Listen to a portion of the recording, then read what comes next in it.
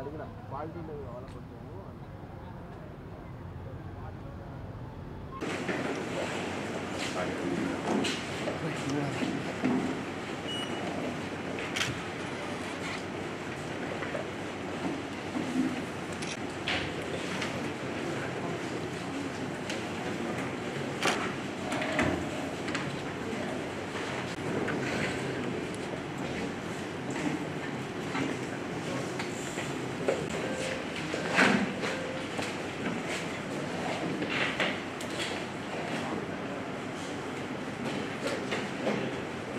With the permission of chair, we can start now, sir. So we have to start with the visionary leadership of Honorable Prime Minister. The people of Kadapa, the mineral-rich belt of Andhra Pradesh, situated in the heart of Rayalaseema, would be suitable for Code C-type aircraft. The Griha 5-star rated new terminal building is inspired from the state's rich architectural heritage and its serving sectors. Honorable Prime Minister Shri Narendra Modi laid the foundation stone for new terminal. it was a small runway, and thanks to the government of Andhra Pradesh, we had given additional land for the extension of the runway and on this parameter. Right now we can handle around 150 passengers per peak hour. And the new building will be a very modern building with all the modern facilities. And we have the permission for accommodating 24 check-in counters. And going to help not only the passengers, the airlines also to handle more passengers, more aircrafts or the aircraft within a very short time. So that way already includes almost all the requirements of this project, which includes terminal building, substation, car park, approach roads, etc. All these things. And it is now what is going on also considering all the requirements of a modern airport terminal. So we are going to have so many various facilities like what we don't have. భయం లేదు. ఈరోజు RDO పోలీసులు ఏం చేస్తున్నారు? RDO Telugu Desam నాయకులు ఏ గ్రామానికి సంబంధించి అయినా కక్ష సాధింపు చర్యలో భాగంగా ఒక పిటిషన్ పెడతారు. ఆ పిటిషన్ పెడతానే ఆర్డీఓ ఇమీడియట్గా ఫీల్డ్ విజిట్ పోతాడు. ఎట్లా కక్ష సాధించాలా అని చెప్పి వాళ్ళు అట్లే ఉండారు. ఈ అధికారులు ఆర్డీఓ పోలీస్ అధికారులు అట్లే ఉండారు. ఎవరిలో కూడా ప్రజలకు ఉపయోగపడాలా, మెరుగ్గా పనిచేయాలా అన్న ఆలోచన, తపన, తాపత్రయం ఏ కోశానా లేవు. కేవలం ఈ గవర్నమెంటు ప్రజలను, వైసీపీ కార్యకర్తలను హరాస్మెంట్కి గురి చేసి, భయానికి గురి చేసి సస్టైన్ అవుతూ ఉంది. మ్యాటర్ ఆఫ్ డేస్, నెలలు రోజులు గడిచే కొద్దీ తప్పకుండా ఈ గవర్నమెంట్ ప్రజల్లో అత్యంత వీక్ అయ్యే పరిస్థితి కనిపిస్తూ ఉంది. మ్యాటర్ ఆఫ్ డేస్ గుర్తుపెట్టుకోండి. అంటే చాలా క్లియర్గా నిన్న మిథున్ రెడ్డి గారు ప్రెస్ మీట్ ఏర్పాటు చేసి చాలా క్లియర్గా సవాల్ విసిరినారు. మిథున్ రెడ్డి గారు మీకు చేతనైతే ప్రూవ్ చేయండి అని చెప్పి కూడా చాలా క్లియర్గా మాట్లాడినారు. ఇంకా అంత క్రిస్టల్ క్లియర్గా ఆయన మాట్లాడినప్పుడు ఇప్పుడు 2001లో ఆ భూములు వాళ్ళ ఫ్యామిలీ కొనుగోలు చేసింది, వాటికి సంబంధించిన డాక్యుమెంట్స్ కూడా అప్లోడ్ చేసినారు వాళ్ళు ఆన్లైన్లో. 2000 ఇప్పుడు కాదు, 2019-24 మధ్యలో కాదు, 2001లో అంటే 24-25 ఏళ్ల క్రితం కొన్న భూములు అవి. వాటికి సంబంధించిన డాక్యుమెంట్స్ కూడా ఆన్లైన్లో అప్లోడ్ చేసినారు. ఎప్పటి నుంచో ఆన్లైన్లో ఉన్నాయి అవన్నీ. సో కొత్తగా ఈయన వచ్చేదో కనిపెట్టిందో డిస్కవరీ చేసిందో ఏది కాదు. ఫ్లైట్లో పోయేటప్పుడు ఏదో వీడియో తీసి కనుక్కున్నారని తెలిసింది. ఫ్లైట్లో చాపర్లో పోయేటప్పుడు వీడియో తీసి కనుక్కున్నారని తెలిసింది. కొత్త కొత్త ఆలోచనలు వస్తాయంటాయి పైన తిరిగేటప్పుడు. కడప ఎయిర్పోర్ట్కి సంబంధించి ఎయిర్పోర్ట్ అడ్వైజరీ కమిటీ సమావేశం జరిగింది. ఈ సమావేశంలో ముఖ్యంగా ఈ కొత్త టెర్మినల్ బిల్డింగ్ గురించి అయితేనేమి, త్వరలో ఓపెన్ చేయబోయే కొత్త టెర్మినల్ బిల్డింగ్ గురించి, అదేవిధంగా గత ఎయిర్పోర్ట్ అడ్వైజరీ కమిటీ మీటింగ్లో అంటే ప్రీవియస్ గవర్నమెంట్లో ఉన్నప్పుడు ఏం నిర్ణయాలు తీసుకున్నాం, ఆ నిర్ణయాలు ఎంతవరకు అమలైనాయి, ఇటువంటివన్నీ కూడా చర్చించడం జరిగింది.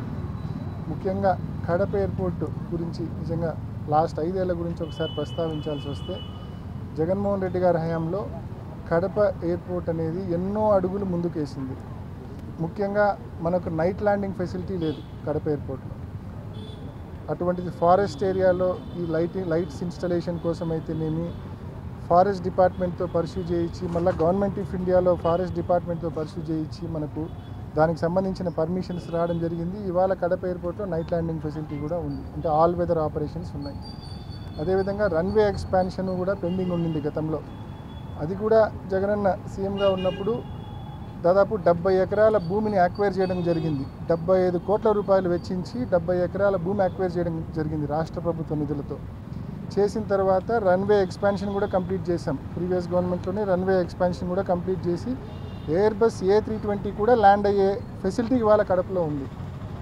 అదేవిధంగా న్యూ టెర్మినల్ బిల్డింగ్ కావాలని చెప్పి కూడా గతంలో అనేక సందర్భాల్లో మరి రిప్రజెంట్ చేసినాము. Airport authority of India chairman అయితేనేమి, ఏవియేషన్ మంత్రిని అయితేనేమి, సెక్రటరీ గారిని అయితేనేమి అనేక సందర్భాల్లో రిప్రజెంట్ చేయడం వలన మరి గత ప్రభుత్వంలోనే టెర్మినల్ బిల్డింగ్ మంజూరు కావడము, ఎన్నికల ముందే అది భూమి పూజ కూడా జరగడము, ఇవాళ దాదాపు కంప్లీషన్ స్టేజ్కి వచ్చింది. ఇంకొక 4-5 మాసాల్లో న్యూ టెర్మినల్ బిల్డింగ్ కూడా కంప్లీట్ అయ్యి కడప ప్రజలకు, జిల్లా ప్రజలకు అందుబాటులోకి రాబోతూ ఉంది. దాదాపు 260 కోట్ల రూపాయలతో న్యూ టెర్మినల్ బిల్డింగ్ కంప్లీట్ చేసుకొని వచ్చే 5-6 మాసాల్లో ప్రజలకు మరి అందుబాటులో రాబోతూ ఉంది. దాదాపు ఇప్పుడున్న చిన్న టెర్మినల్ బిల్డింగ్ కంటే 16-17 రెట్ల పెద్ద మోర్ కెపాసిటీ ఉన్న, మోర్ స్పేస్ ఉన్న న్యూ టెర్మినల్ బిల్డింగ్ రాబోతూ ఉంది. ఈ కొత్త బిల్డింగ్ వచ్చిన తర్వాత ఈ కన్వేయర్ బెల్ట్స్ ఇవన్నీ ఉంటాయి కాబట్టి పెద్ద ఫ్లైట్స్ కూడా, అంటే A320 వంటి ఫ్లైట్స్ కూడా కడప ఎయిర్పోర్ట్లో ల్యాండ్ అయ్యేదానికి ఇప్పటికే రన్వే ఎలాగూ ఉంది కాబట్టి, పెద్ద రన్వే ఎలాగూ ఉంది కాబట్టి పెద్ద ఫ్లైట్స్ కూడా ల్యాండ్ అయ్యే పరిస్థితి మనకు ఉందనే విషయాన్ని తెలియజేస్తూ ఉన్నాము. సో ఈ రకంగా గడిచిన 5 సంవత్సరాల్లో జగనన్న ముఖ్యమంత్రిగా ఉన్నప్పుడు కొత్త టెర్మినల్ బిల్డింగ్ మంజూరు అయితేనేమి, దానికి సంబంధించిన పనులు మొదలు పెట్టడం అయితేనేమి, అదేవిధంగా రన్వే ఎక్స్పాన్షన్ పూర్తి చేయడం అయితేనేమి, అదేవిధంగా 75 ఎకరాలతో భూమి సేకరించడం అయితేనేమి, అదేవిధంగా all weather operations night landing facility తీసుకుని రావడం అయితేనేమి, ఇవన్నీ కూడా చేపట్టడం జరిగింది. ఇంకా ఎయిర్పోర్టుకు సంబంధించి ఇవాళ సమావేశంలో మరి కొన్ని ముఖ్యమైన నిర్ణయాలు, 6 monthsలో ఎట్టి పరిస్థితుల్లో న్యూ టెర్మినల్ బిల్డింగ్ ఓపెన్ చేయాలనేది అయితేనేమి, ఇంకొన్ని ప్యాసింజర్స్కి సంబంధించిన ఫెసిలిటీస్ విషయంలో తప్పకుండా ఒక సజెషన్ బాక్స్ పెట్టమని చెప్పినాము. ఎయిర్పోర్ట్కి వచ్చే ప్యాసింజర్స్ ఎవరైనా ఏదేమైనా ఫీడ్బ్యాక్ ఇవ్వాలనుకున్నా, ఏమైనా సలహా ఇవ్వాలనుకున్నా ఆ సజెషన్ బాక్స్లో వాళ్ళు ఫీడ్బ్యాక్ అయినా సలహా అయినా దాంట్లో డ్రాప్ చేస్తే తప్పకుండా అది ఎయిర్పోర్ట్ డైరెక్టర్ చదవాలా, చదివి వాటిని చేతనైనంత వరకు, వీలైనంత వరకు వాటిని అమల్లోకి తీసుకొచ్చే కార్యక్రమం చేయాలని చెప్పి కూడా ఒక నిర్ణయం తీసుకున్నాం. సో తప్పకుండా మరి ప్రజలందరూ కూడా దీనికి కోఆపరేట్ చేయమని చెప్పి, అదేవిధంగా న్యూ రూట్స్ కూడా, కొత్త రూట్స్ ఇప్పుడు హైదరాబాదు, విజయవాడ అండ్ చెన్నై 3 రూట్స్ ఉన్నాయి. హైదరాబాద్ డైలీ ఫ్లైట్ ఉంది, ఎప్పుడు ఫుల్ ఉంటా ఉంది. దాన్ని రోజుకు 2 ఫ్లైట్లు వస్తే బాగుంటుందనే విషయం కూడా, ఆ ప్రయత్నం కూడా మరి ఇవాళ నుంచి చేయబోతూ ఉన్నాం. అదేవిధంగా చెన్నైకి, విజయవాడకు డైలీ ఆల్టర్నేట్ డేస్ బదులు డైలీ ఒక ఫ్లైట్ ఉంటే మంచిదనే అభిప్రాయం కూడా వచ్చింది. ఆ దిశగా కూడా ప్రయత్నం చేయబోతూ ఉన్నాము. మరి బెంగళూరుకు కూడా ఒక డైలీ ఫ్లైట్ కావాలని చెప్పి మరి ఎయిర్పోర్ట్ డైరెక్టర్ గారు, కలెక్టర్ గారు కూడా మరి తప్పకుండా మేమందరం కూడా ప్రయత్నం చేస్తాం ఈ విషయంలో. పులివెందుల్లోనే కాదు శర్మన్న, ఎక్కడ చూడు ఈ జిల్లాలో ఏ నియోజకవర్గం తీసుకున్నా, రాష్ట్రంలో ఏ నియోజకవర్గం తీసుకున్నా ఈ కూటమి ప్రభుత్వం చేసేదల్లా ఒకటి వైఎస్ఆర్ కాంగ్రెస్ పార్టీ నాయకులను, కార్యకర్తలను హెరాస్ చేయడము, గ్రామాల్లో యానిమేటర్లను తీసేయడము, ఉద్యోగాల నుంచి తీసేయడము, FP షాప్స్ అంటే రేషన్ షాపులు, డీలర్షిప్లు రద్దు చేయడము, ఫీల్డ్ అసిస్టెంట్లను తొలగించడము, అంగన్వాడీ ఆయాలను, టీచర్లను బలవంతంగా తొలగించడము. కేవలం ఎక్కడ చూసుకున్నా వీళ్ళది ఈ కూటమి ప్రభుత్వం వచ్చిన తర్వాత అభివృద్ధి అనేది ఎక్కడ జరగడం లేదు. ఎక్కడ చూసినా కక్ష సాధింపే జరుగుతూ ఉంది. There is no development whatsoever. ఇందాక మీరు చెప్పినట్టు రైతుల గురించి నిన్న జరిగిన ఇష్యూ అయితే కన్నా, ఒక గవర్నమెంట్ ఆఫీసరు రైతుల దగ్గర శనగలకు డబ్బులు కట్టించుకొని అబ్స్కాండ్ అయిపోయినాడు. అబ్స్కాండ్ అయిపోతే రైతులకు టయానికి శనగిత్తనాలు ఇలా వాళ్ళు మళ్ళీ బయట మార్కెట్లో కొనుక్కొని విత్తనం వేసుకున్నారు. 20 లక్షల రూపాయలు తీసుకొని అబ్స్కాండ్ అయిపోయినాడు. ఎరువులకు డబ్బులు కట్టించుకొని అబ్స్కాండ్ అయిపోయినారు.